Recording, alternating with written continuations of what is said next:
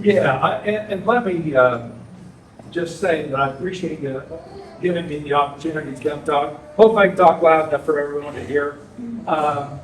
Just to give you a little bit of the background, I'm originally grew up in southeast Kansas, Coffee County, home of Wolf Creek Power Plant. They're dealing with the wind issues down there, and I've got to say I applaud your decision tonight. I've been in well over a dozen counties around this state over the last 5-6 years since I retired as a meteorologist, which I still am basically. I've been a meteorologist for 47 years. But I've been in communities like this who are trying to make the right decision with regard to industrial scale wind and solar. And I think what you're going to hear is that the problems you see with the wind are similar to the solar in a lot of ways. And there's so many things to consider that rushing into this is a big problem, because what you're doing is making a long-term decision for the long-term viability of your county and the ag land that is going to be displaced by these huge things. I may also say that for anyone who's considering a lease, I would highly recommend you hire an independent and competent attorney. And that's just more of a caveat. I know that's not what you guys deal with, because it is caveat emptor. You can't prevent someone from making a horrible legal mistake, but if you read one of these leases, and I've seen wind leases, I've seen solar leases, there's a lot of similarities. You are essentially signing away your property to the operator. That means either the wind or the solar operator, and they have total control over your land that you lease to them. They can mortgage your land, you cannot. They can put a lien on your land.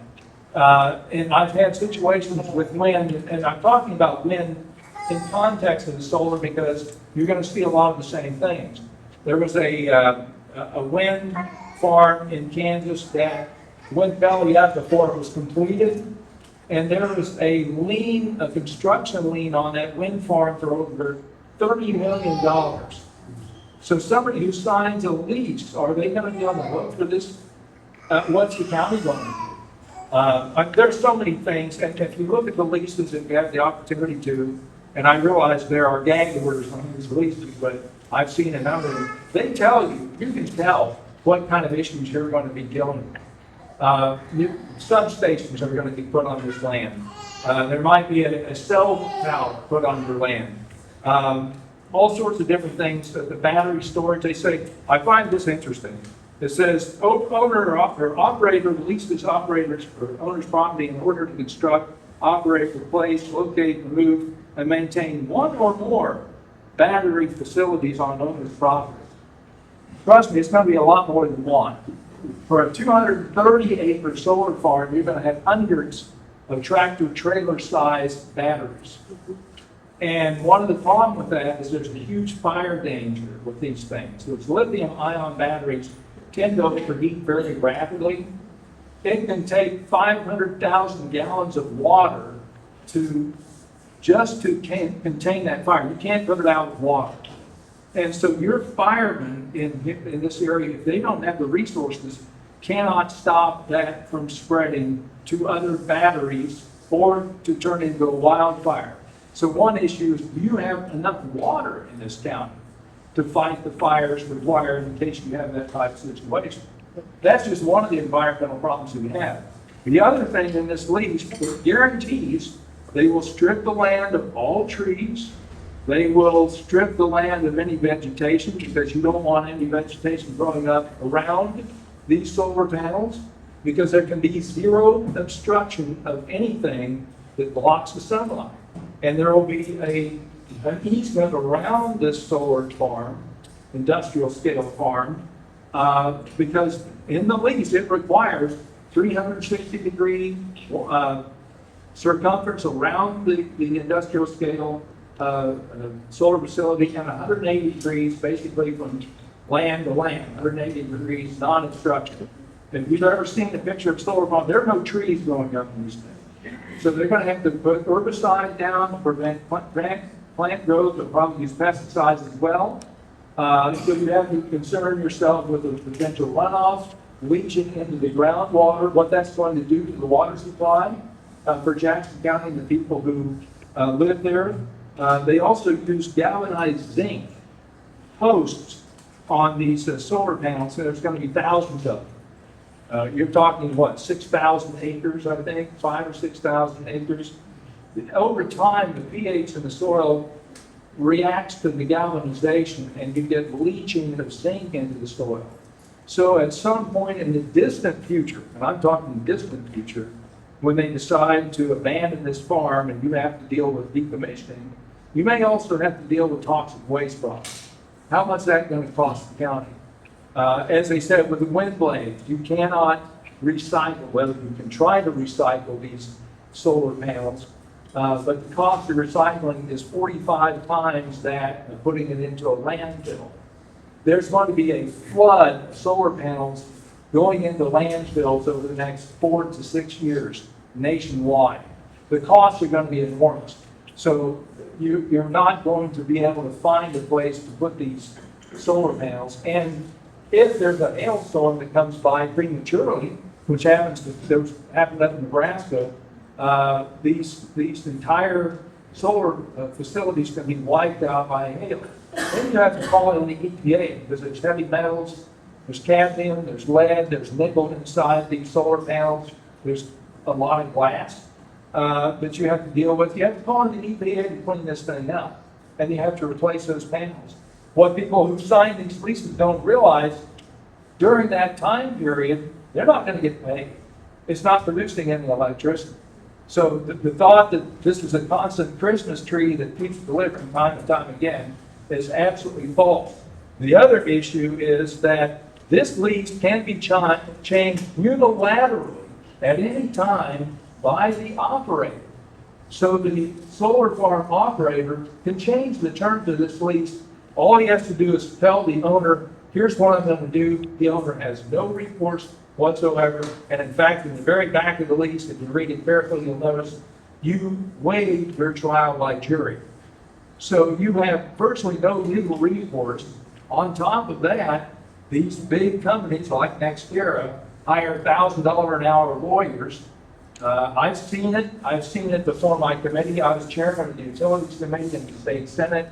For 2 years, I've served on the Utilities Committee studying these problems statewide.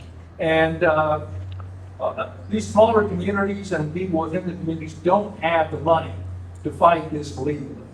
These big companies like NextEra do. They hire an army of lawyers to deal with it.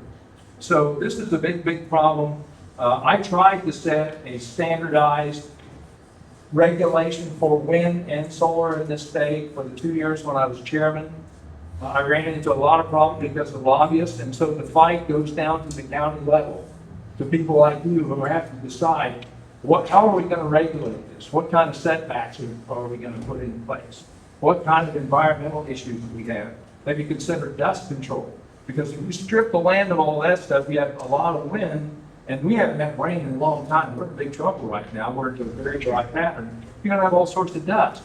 Also, this degradation of the solar panels. They don't operate and continue to consistently produce the same power from the first year to the last. Each year they lose the ability to produce electricity. So as that electricity generation capacity goes down, the folks who sign the leases get less and less money. The other issue is property tax abatement. Because the state, in its infinite wisdom, I say that facetiously, gave 10-year property tax abatements to wind and solar facilities, you're missing out for 10 years on all the property tax on all this ag land that's going to be out of production in perpetuity, because these leases are, as long as these guys want to stay here, they can stay here. And the reason they're doing this is because of federal subsidies. It's not because these things produce appreciable amounts of energy in the country. Solar is subsidized at 302 times nuclear power. It gets $4.1 billion in subsidies. That was in 2022. $4.1 billion in subsidies went to the solar Wind was just under $1 billion, and nuclear was at 10 million. Look at the disparity. The reason they're putting these solar plants out all across the United States is because it is big business. Jamie Dimon of J.P. Morgan said he wishes they could get eminent domain powers so they could put these things everywhere, because they realize it is big business for the big banks, these big companies like Nextera, the big law firms. This is not about helping your county. This is about turning you into an industrial energy playground for big companies. And I've seen this in wind farms all across not only Kansas but elsewhere. Once the money dries up from these subsidies, and you don't know what's going to happen if we change administrations in Washington, those subsidies dry up, all of a sudden they could say, hey, we're out, we're bankrupt, sorry. These are LLCs that they do business with these counties. And these limited liability corporations, they file bankruptcy, they're gone. You're left holding the bag, trying to figure out what to do with this giant solar facility in your county. There are a lot of things to consider with regard to regulations. There's air traffic, wind and weather issues. There's the change in the wildlife. I heard some gentlemen talking about the hunting. You're going to displace wildlife habitat to the tune of 6,000 acres. I did a little calculation how much it would take. Wolf Creek Nuclear Power Plant has a nameplate capacity of 1,200 megawatts, okay? To equal the generation capacity of Wolf Creek, you would need 27 million acres of solar panels, which would be the equivalent of half the state of Kansas. And that doesn't count the battery storage. Before we started going down this path with the renewables, we had no problem with power generation at all. We had base load power, which for people who don't understand that, that's your coal, that's your nuclear, and that's your gas power. They were operating just fine. All we needed was a little bit of quick ramping gas generation to take care of the peak loads. And there was absolutely zero reason to have any wind or solar power whatsoever. But we started down this path in around 2005 to 2007, primarily in the wind field, but recently because of the solar subsidies, we've seen a large pivot towards solar. But if you look at the electric rates on the EIA since 2005, the electric rates in Kansas have gone up commensurate with the institution of these renewables. And it's not because electricity's become more expensive to produce at coal or gas or nuclear plants. In fact, nuclear plants are cheap. Once you pay for the initial cost of Wolf Creek, the uranium is dirt cheap. Coal is the least expensive way to produce power in the state. And yet, the new EPA standards are going to accelerate the closure of coal plants across the entire country. The Federal Energy Regulatory Commission, in fact, has just filed suit against the EPA because they realize we're retiring so many coal plants that we're going to have reliability issues, because all we're doing in the United States right now is producing wind and solar facilities. That doesn't mean we're producing more electricity. In fact, in Kansas, because of the addition of all these facilities, we have 50% more generation capacity in the state right now than we need. So it's like you can't use all the generating capacity we have. But by putting more of these in, we're contributing to the increase in electric rates in the state of Kansas. And just this week, Energy filed let me see if I can find it. It was a predetermination docket with the Kansas Corporation Commission to add resource additions to the Evergy fleet. What that means is more wind and solar, because they're going to get more subsidies. They don't need the power. In fact, the Southwest Power Pool, which we're part of, has almost 100% more generation capacity than they need. So every time one of these resources comes online for wind or solar, all we're doing is adding more cost to everyone in this room. Because we have to pay for the transmission lines, and by the way, none of the generation from those facilities stays in Kansas. We're shipping it out to Illinois and Missouri and Oklahoma. And so just none of this makes any sense whatsoever. I could go on for a long time, but I think you kind of get the sense. I just barely scraped the surface. I could probably talk for a couple of hours, and I have done so in other counties who are fighting this, but I think you see that just like the problems you face with wind, there are so many things to know. There are so many issues to make sure you're making the right decision on, that a moratorium on solar is a wise decision. I've also fought for transparency at the state level with regard to anyone who has substantial interest in any of these farms, that they should recuse themselves from making decisions. I think it should be transparent. I'll just end on this one note and then open the question, and we'll see where it goes with it. With regard to energy, the energy return on investment is the most important thing you can consider. What you want to do to be green and clean and sustainable is create the most energy with the least number of resources, right? So with a nuclear power plant or a coal or gas plant, just to create 1 megawatt of electricity takes about 12 acres. For a solar farm, it would be approximately 989 acres to create 1 megawatt. And for wind, it's about 1,600 acres for 1 megawatt. So nuclear has an energy return on investment of 81. For every 1 unit it takes to produce nuclear energy, it produces 80 units of energy. Coal and gas is about 50 to 55 to 1. Wind and solar, it's 1 to 1.